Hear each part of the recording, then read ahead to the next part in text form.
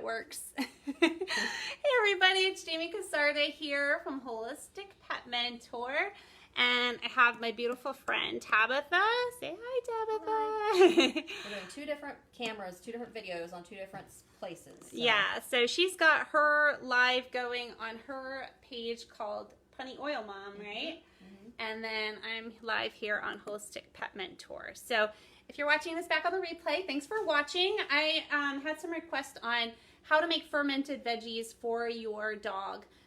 Your cats can also eat this if they'll eat it, but you can also use this mix if you're making a raw batch of food, and you could supplement, I think it's a tablespoon of this per 20 pounds of body weight. Oh no, 1 teaspoon. So after your vegetables are fermented, your pet only needs 1 teaspoon per 20 pounds of body weight. So we're going to make a lot of it.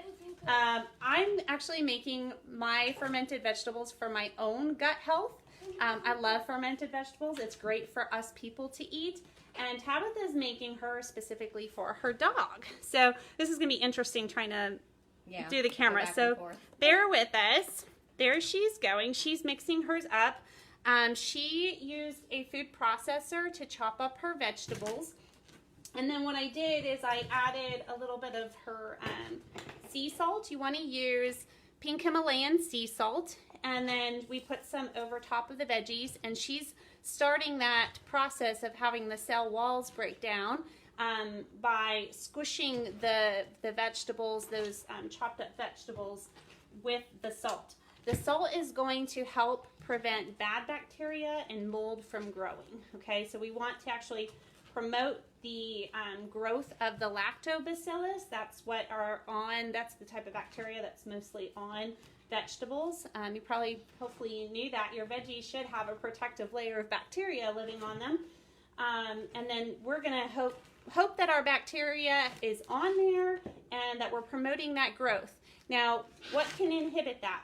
If you wash your veggies in chlorinated water, hi Veronica, it could mess up the growth of the bacteria. Another problem is if you're getting vegetables that aren't organic. You may be able to get away with it. I personally used organic vegetables, but if it has glyphosate on it, glyphosate is a registered antibiotic and will kill off the good bacteria that's on the vegetables. So that can hinder the fermentation process and can kind of mess it up. So you'll just have to watch your veggies closely if you're using something that's had chlorine on it or has any kind of spray on it, any kind of bacterial spray. Even when I rinsed the vegetables, I used water from my Berkey filter over there. See, this is backwards for me, so I'm like, it's over there. There we go. And that's because my Berkey filter takes out the chlorine and it takes out the fluoride from the water. So it's a really clean, good water to use. Or you can use spring water or distilled water when you're washing off your veggies and prepping them. Okay, so pick out your veggies is the first thing that we need to do.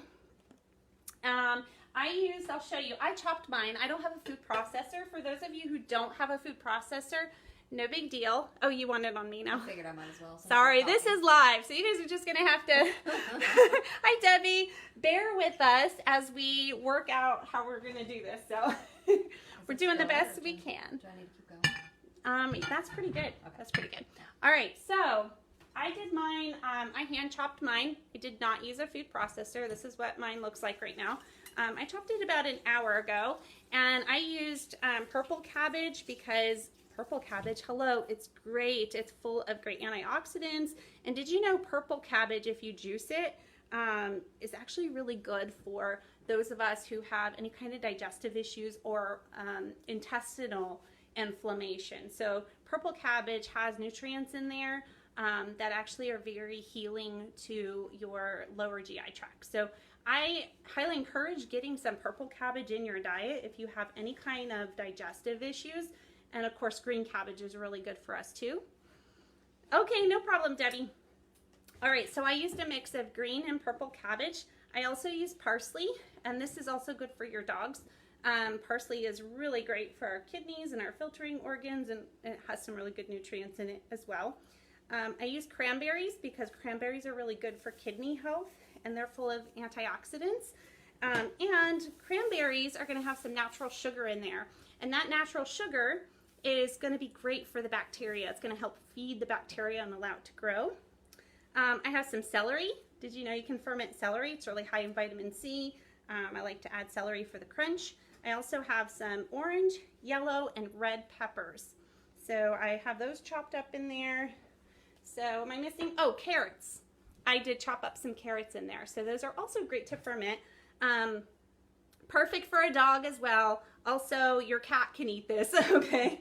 But with a cat, you're probably going to have to do it the way Tabitha did, where she used a food processor and she chopped it up super, super fine. And then you would mix that in with raw meat for your cat. So, yeah, did you know red cabbage juice is really awesome for intestinal, helping to support the decreased inflammation in your small intestine and large intestine. It'll help it heal. So you want to juice that or eat it. Eat a lot of it. Fermenting veggies is a great way to get it in and make it highly digestible. All right. So why are we fermenting veggies? Just a quick recap for those of you who are maybe watching this for the first time or wondering why I'm even doing this little demo. First of all, it was requested. There were people asking me, how do you ferment? Tabitha was one of those wonderful people. She's like, how do you do this? I said, let's do it together. There's lots of different ways to go about fermenting your veggies. I'm going to do this way. And I'm actually very new to fermenting vegetables as well. I've read a lot about it. I've watched videos. I have a friend who ferments veggies. She's made them for me. So I've actually been eating her fermented vegetables. But now I thought I have all of the things to do it. So I'm going to go ahead and start fermenting my own veggies. The reason we do this is because fermented vegetables are a great way to support good bacteria getting into our guts. Our gut health is one of the most important things we can do for our health. And that is making sure that we have a lot of good bacteria, a diverse microbiome in our gut. That means in our stomach and in our small intestine. Because when you have a really good, diverse microbiome, that's your bacteria, fungi, protozoa, parasites, all of that makes up your microbiome. And the more good bacteria we can get in there, the healthier we'll be overall. Because those bacteria run the show. That's the easiest way to explain what's going on with our microbiome. They help us to break down food and absorb nutrients. They help us to regulate our hormones. They help defend our immune system by blocking bad pathogens from getting in there and trying to take over. So just like some people can eat food that is contaminated and not get sick, while somebody else who eats it gets really sick and they get food poisoning. Well, what's the difference? The difference is the person who didn't get sick has a more diverse microbiome, and which makes them have a stronger immune system. Okay, so that's what we wish for you. That's my goal, is to help you guys do that for yourself. Find ways to create a more diverse microbiome, and we can do that by fermenting our veggies, drinking things like kombucha, which is a fermented tea. Another way is probiotics. The one that I use is double encapsulated so that it gets to the small intestine. It's called PB Assist.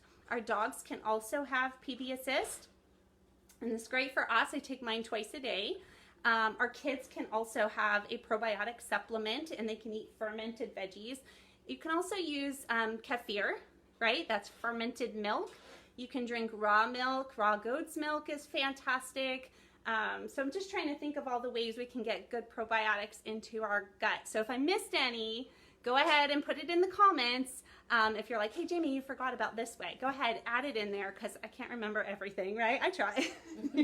Okay, so our basic tools. First of all, you need your vegetables of choice, whatever it is that you want to feed your pet. And there's lots of books to help guide you on what vegetables are best for your pet's health conditions. The book that I love, and it's really based on dogs that have health concerns, is the Yin and Yang book, Nutrition for Dogs, by Dr. Judy Morgan. And she's really great. She likes to rescue senior dogs. I'm a big fan. If Dr. Morgan ever sees this, hi! So anyhow, I really love her book. I don't get anything for promoting her book. I just think it's a really helpful tool and trying to figure out the best way to start a homemade raw diet for your pet, or you can gently cook it, and she gives you options there as well. Again, bear with us. Both Tabitha and I have our sons here, so boys will be boys. So we told them they need to stay quiet, but we'll see how they do.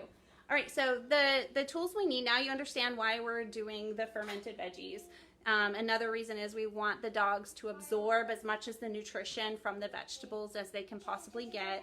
The best way to make sure they're absorbing those nutrients is by pulverizing the vegetables, and Tabitha did a great job by using the food processor. And I cut mine up because I'm going to be eating it, so I don't need mine as pulverized. All right, and then of course the whole fermentation process is going to help break down the cell walls of the vegetables, so that's going to make them even more digestible. And we're going to get fermenting, meaning there's going to be some great bacteria that are growing. And so that's why we want to do this. All right, you guys ready to go? It's actually super easy. You're going to need a big workspace because, as I found out, you need lots of room to kind of get all this stuff done. So I'm going to show you our workspace. I actually got out an extra table. You can see my son, or there's Riken in the background. That's Tabitha's son back there. All right, so I got out an extra table, plus I used some of my counter space.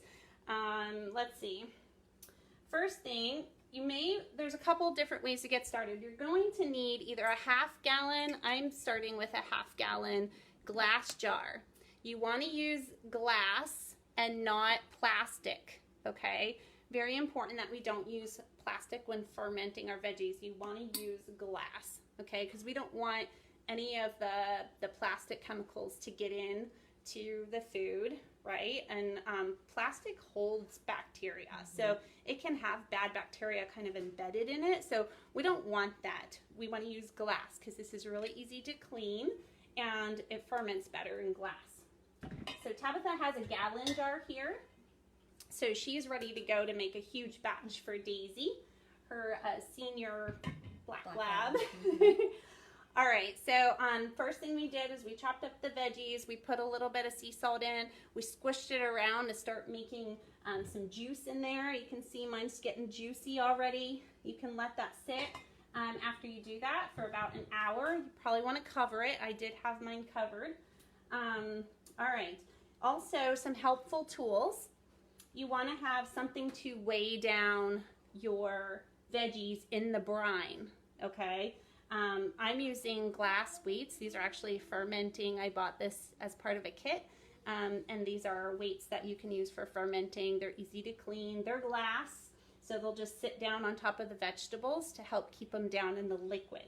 Really important, this is probably the most important part when fermenting veggies, is that you make sure that they're covered in a liquid. It can either be the liquid from their own breakdown with the salt, and that takes a little more squishing, a little more time, or you can make a brine, okay? And I'm gonna show you the way with the brine. Okay, other tools that you can use, but they're not 100% necessary. If you do not have these glass things, some other things you can use, you can sterilize some big river rocks and just boil them, right? Boil some big river rocks, and you can stick those in after they're clean and dry on top of your veggies when you're ready to ferment them. Another thing you can use, maybe a plate, if you have a little plate that you can stick down in there to keep it pushed down, or you can take a Ziploc bag and fill it with water, and then it'll help weigh it down, all right? The other way, we're gonna need the lid to be on loose while it's sitting on the counter, while it's fermenting, and it takes about a week. It can take longer, so we're gonna test our fermented veggies in about a week. But if they're not ready, you can let them sit out longer. And actually, the longer you let them sit out and ferment, the richer the taste. So some people really like a strongly fermented vegetable, and some people like it a little more mild. I'm about half and half. So I'm gonna check mine after 4 days.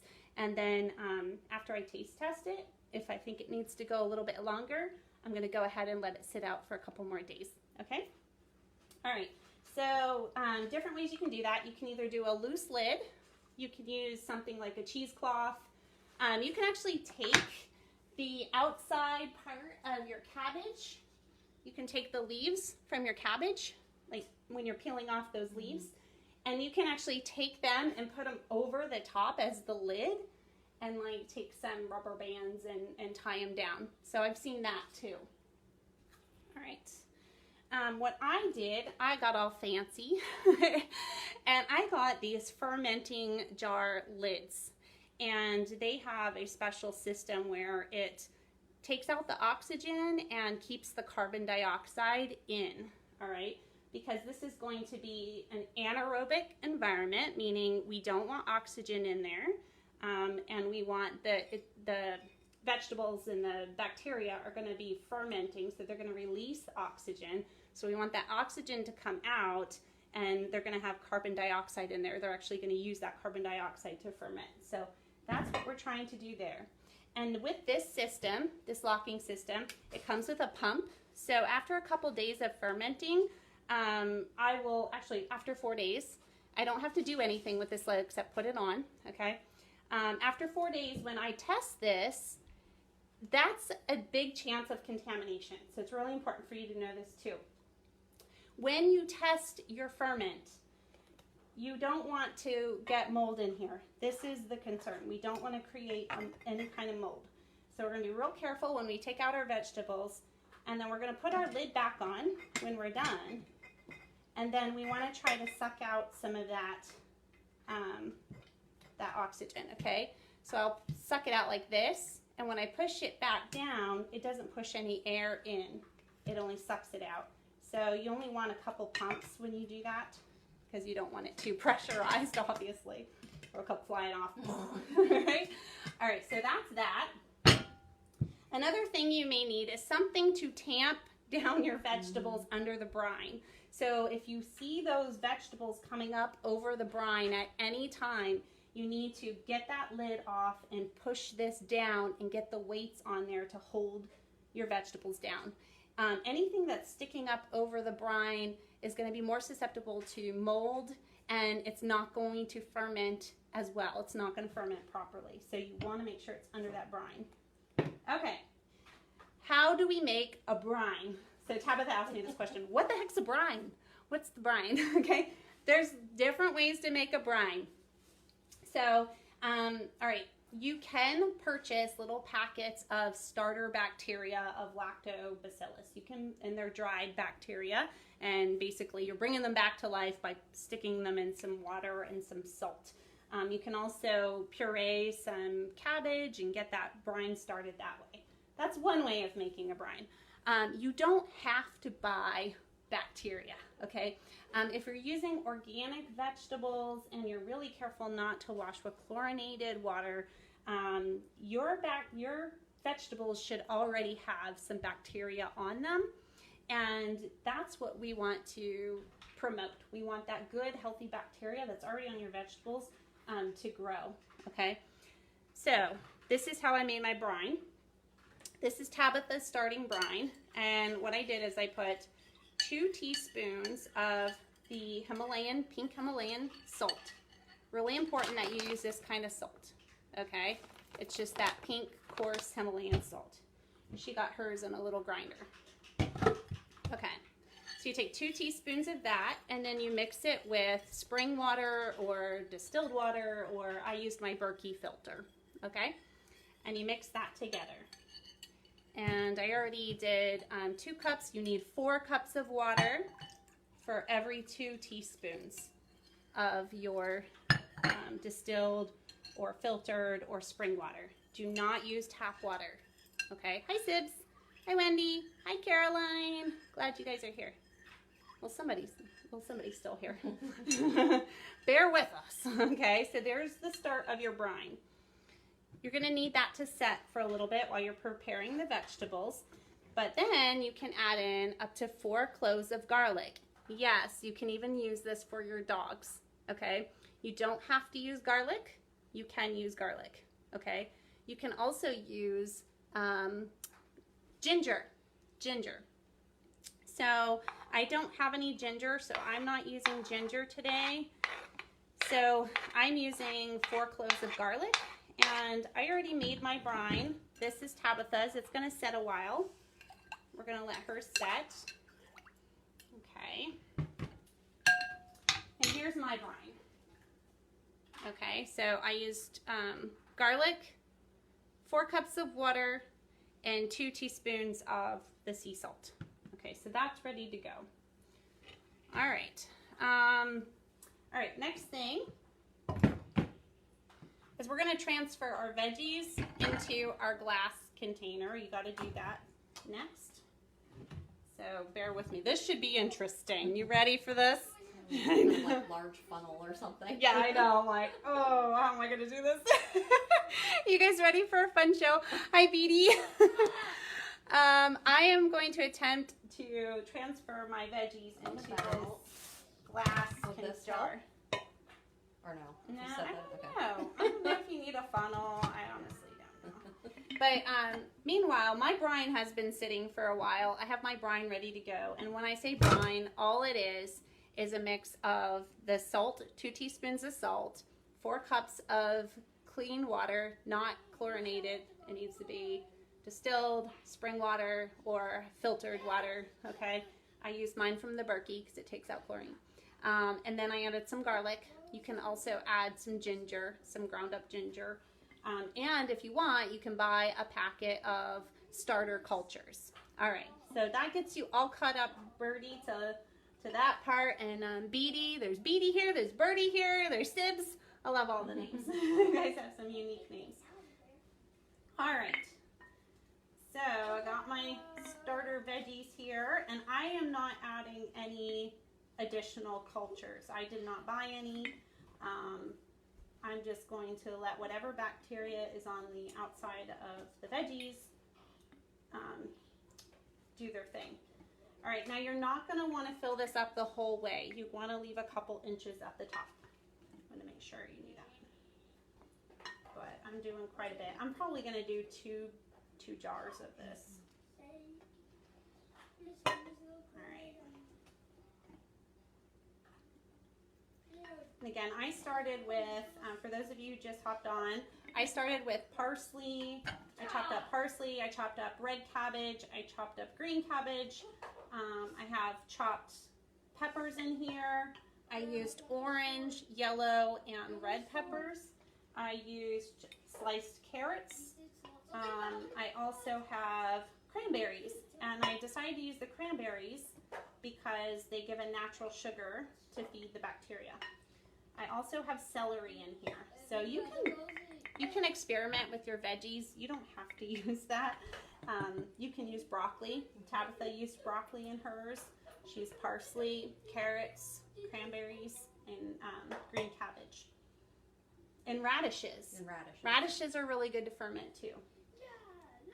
So look at that. Very good. All right, I'm going to put a little bit more. I think I'll have enough for another jar. Okay. So I could make my own natural brine in here, but I'm not going to. I probably should have poured some brine as I was going. All right. Now I'm going to add my brine. How you doing? No, Debbie, I have not personally made it. So you guys are learning right along with me. I have videos on it. I've watched like every video. I've read several different recipes. I am well read and videoed. I've educated myself very thoroughly on making fermented veggies, but I didn't have the tools. So for Christmas, I got my tools. In there first, and yeah. That way you have a spout. Because otherwise it might make quite a mess. Might make a mess. Thank you. So, and a good friend of mine, she's actually my neighbor, she makes fermented vegetables all the time, and she's showed me how to do it, and she makes them for me. I'm just like, can I just eat yours? Because she does such a good job. And I have just basically been eating hers, and I used all of hers up. I've eaten them all, and now it's time for me to make my own. So that's what I'm doing. I'm going to just make my own. But I have all the tools now. All right, so you can see I have a really good brine. I tried to get as much lighting going as I could. All right, so you see my brine is covering all my veggies. Make sure there's nothing sticking to the side. This is a really good brine here. Smash it in there. All right. Is there anything sticking out? I think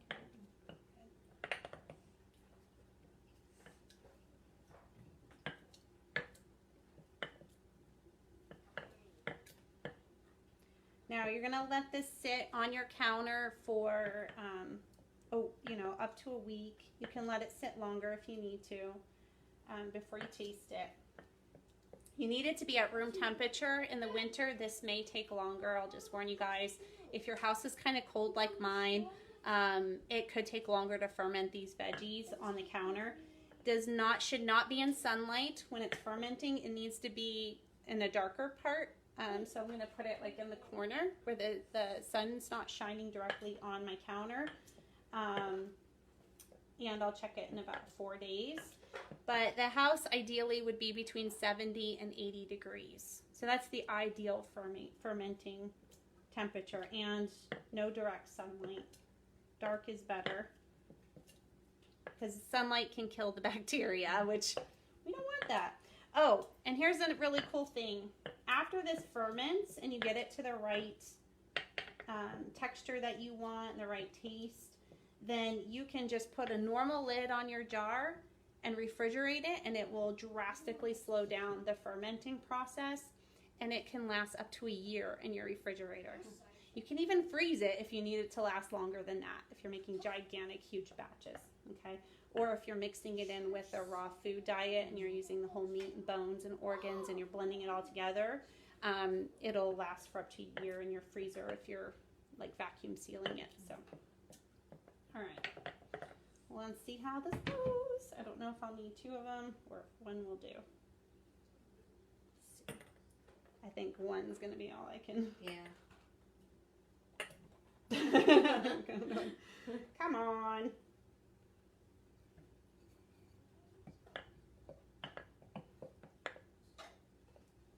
That might be the difficult part. Yeah. I might actually put 2 on mine.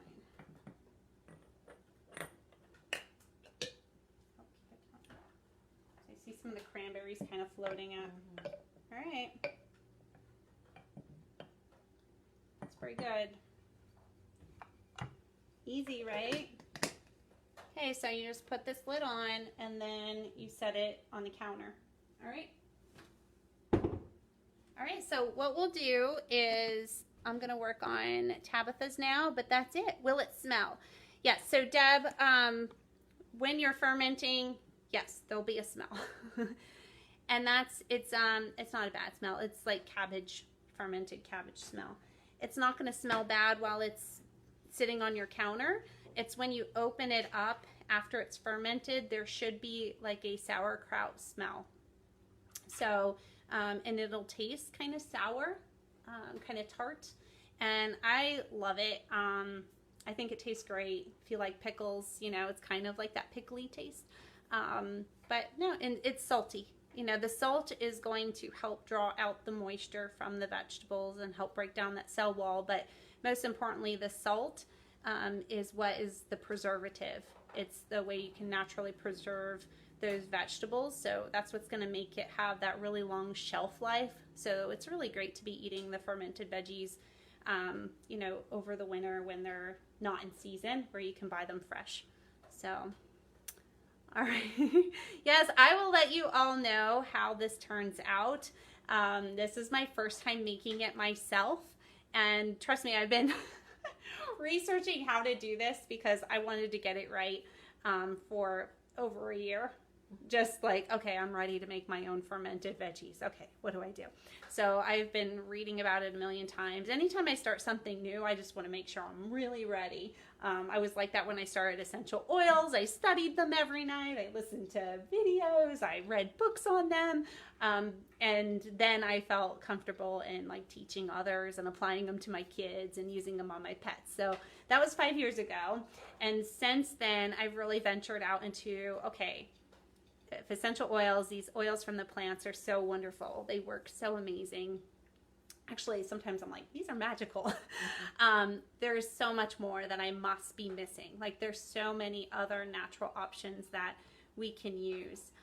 You only need a teaspoon per 20 pounds of your dog's body weight each day. That's it. Easy, right? So your little dogs, they probably need, what, half a teaspoon of fermented veggies a day. And that's going to help with the probiotic support, okay? And I always say, not just the fermented veggies is a great start. It's a great place to start when you're introducing probiotics into your pet's diet or into your diet. And like I said, these are good for you to eat too. But they aren't the only thing that we should do. We should be looking at as many options for getting those good bacteria in our gut. So kombucha, like I said, I'm drinking some kombucha today. I've really developed a taste for that. It's taken me some time, a little bit at a time. I used to dislike it. Now I love it. Kefir, I still have not developed a taste for fermented milk, but some people really love it. I also recommend for our dogs, raw goat's milk or raw milk is another way to get good bacteria in. And then also to get the bacteria down to their small intestine, you want to use a double encapsulated probiotic. And I love doTERRA's PB Assist. That's what I use for myself, and I recommend it for dogs. There's also some great probiotics on the market that are specifically geared toward dogs. So you can always look those up as well that have the good bacteria. It's based on what their health problem is. You can actually put bacteria in to help them with specific health issues. There's different types of bacteria that help with different health issues that they may be missing. It's fascinating. It's fascinating stuff. So I say get the whole gamut. Let's look at as many ways to increase the diversity so that we can support all the systems and functioning at their best. Oh, yay, Deb's using raw goat's milk for her dogs and they love it. Cool beans. Cool beans. All right, did I miss anything? Is there any other questions? I know I was saying earlier, essential oils kind of opened me up to the whole world of natural health and all the things that we could be missing. And so it really just, it opened me up is the best way to explain it. I saw how my body responded so well to using, the oils from plants to help promote healing and wellness in my everyday lifestyle. And I started using them for cleaning and for mood management. And then, of course, I started using them on my cat because he needed so much support. And I saw how they were working for me. They were helping my children, and I gained that confidence. And then I decided to use them on Buddha. And then I saw results on my cat, and I said, everybody needs to know about these. Everybody needs to know. And then I thought, okay, what else am I missing? We have to get the nutritional part right for us and for our pets. Essential oils work amazing, but if you eat like crap, right? That's the best way to describe it. If you're eating bad food, you can use the essential oils, but it's not going to fix how you eat. So we need to look at ways to incorporate more fresh fruit and veggies in our diet, increase good healthy fats like coconut oil and avocado. We have to heal our gut first and foremost if you have gut damage, which almost everybody does because of our processed food, lots of sugar, having foods that have glyphosate on them, gluten, high amounts of gluten in our diet, and that kind of stuff tears up our gut wall. So how do we heal that? Probiotics, digestive enzymes, and this is a way to get probiotics in us, are these fermented veggies. Digestive enzymes to help us repair that lining and to break down our food easier so it's more digestible. Bone broth, because collagen and gelatin are amazing for helping the lining of your gut heal. So those are some tips, and again, our essential oils can help in that process by decreasing that inflammatory response in your gut and just calming it down so that you can have that immediate relief, so you're not suffering as you're trying to heal your gut. Smoothies every day makes it more digestible to get those fruits and vegetables in. They're blended up. So I hope that helps you guys, for those that are suffering with digestive issues, or if your pets are suffering with digestive issues.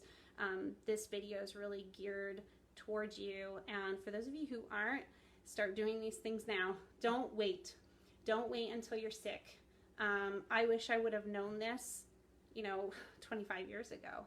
and I wouldn't have had to suffer for the 17 years before I discovered natural health. So I hope I'm catching a lot of you before you get to that point. So may God bless you. Have a great day. Happy Sunday.